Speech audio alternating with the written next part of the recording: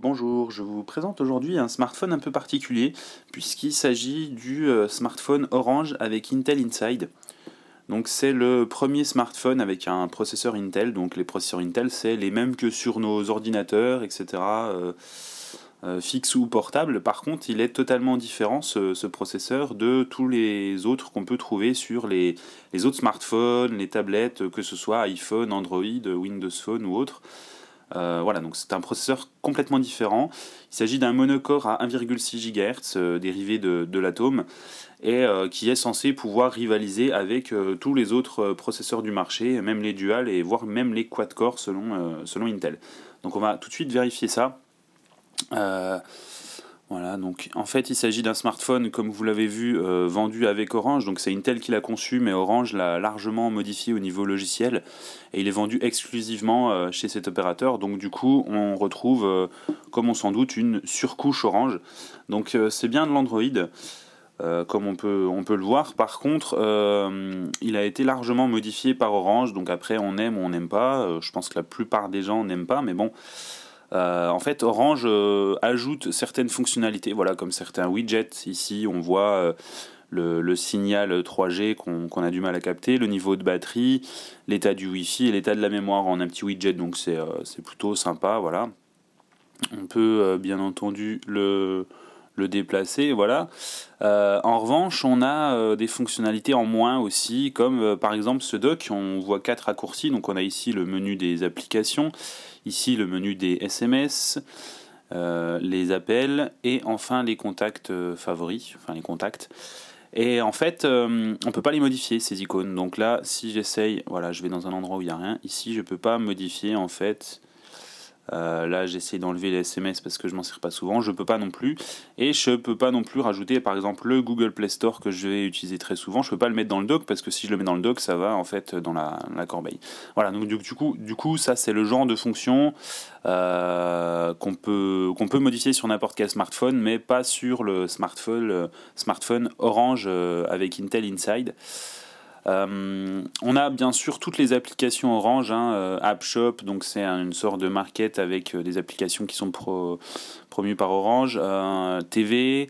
Donc le navigateur a lui aussi été modifié par Orange, en particulier l'icône, la page d'accueil, etc.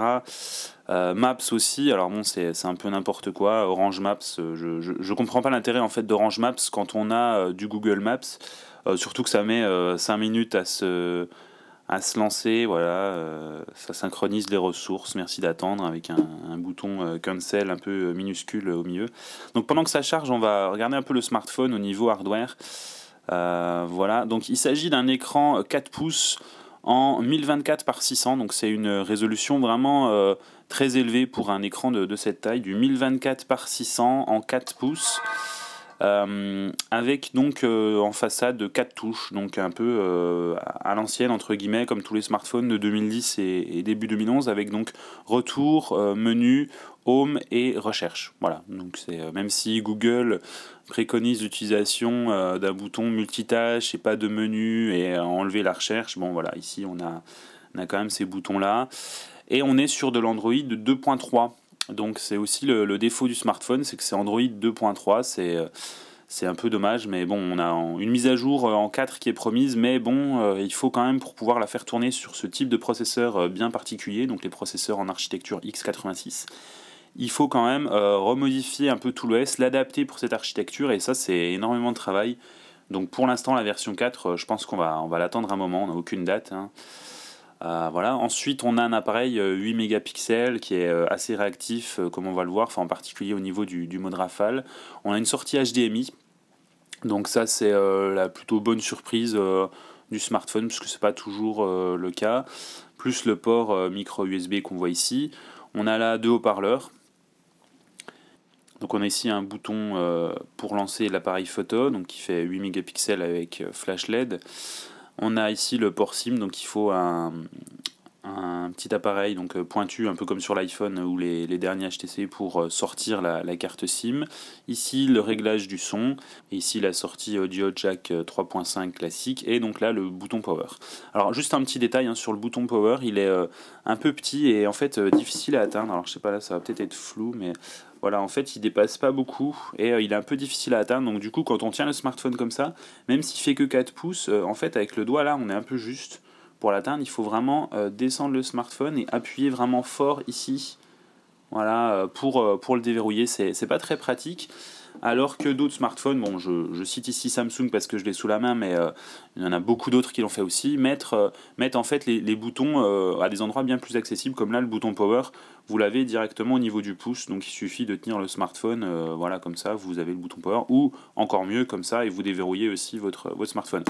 Donc petit point négatif du coup pour déverrouiller, parce que c'est quand même une action qu'on fait assez souvent sur un smartphone, et du coup c'est pas très pratique. Voilà, donc nous revoilà sur Google, non pas sur Google Maps, mais sur Orange Maps, donc l'équivalent de Google Maps par Orange. Alors déjà, premier défaut, ce service est inaccessible en Wi-Fi. Il faut forcément être connecté en 3G Orange pour utiliser ce service. Donc déjà, c'est un peu un problème, parce que vous ne pourrez pas l'utiliser à l'étranger, par exemple, vous ne pourrez pas...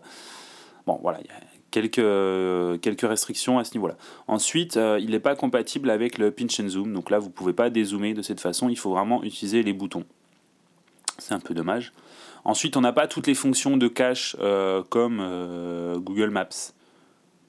Voilà, donc là, par exemple, je dézoome, je rezoome, voilà, bon, ça a du mal à charger, etc.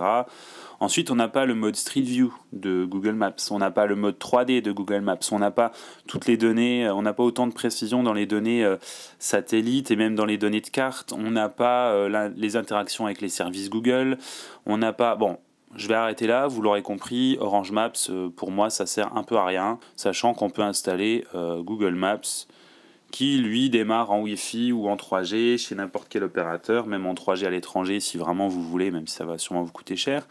Vous avez quand même une navigation beaucoup plus fluide. Donc là, c'est la première fois que je lance Google Maps sur ce smartphone. Donc j'ai absolument rien en cache. Et je suis en 3G, et comme vous le voyez, je capte avec une barre, donc je capte pas très bien. Et pourtant, on sent déjà que c'est un peu plus réactif que le logiciel d'Orange, puisqu'on n'a pas de... On n'a pas eu d'écran de chargement assez long au démarrage, on n'a pas tout ça, et on se rend compte que voilà, c'est mine de rien, c'est beaucoup plus fluide. On zoome, on a le mode 3D, on peut basculer comme ça, on peut tourner de cette façon. Voilà, donc sur le même smartphone, on a accès donc à Google Maps et à Orange Maps, et c'est quand même pas la même chose, quoi. On a bien sûr le mode navigation, on a tout ce qu'il faut. Et au moins, quand on démarre Google Maps, on ne reçoit pas à chaque fois un SMS. Bonjour, vous êtes localisé par Orange Maps jusqu'au 13 septembre, etc. Bon, ok, c'est bon, j'ai démarré l'application, je sais que je suis géolocalisé parce que j'ai le GPS. Pas besoin de m'envoyer un SMS à chaque fois. Bref, donc voilà, c'est le genre de petites choses en fait qui sont un peu regrettables. Donc ça, c'est pareil pour... AppShop qui fait un peu un parallèle avec Google Play sans vraiment avoir d'intérêt. C'est aussi la même chose pour le store de jeux qui fait encore un triple usage avec Google Play. C'est aussi le cas par exemple pour Dailymotion avec YouTube. Enfin, on a plein de services en fait que Orange souhaite préinstaller sur son smartphone alors qu'en fait c'est pas vraiment utile.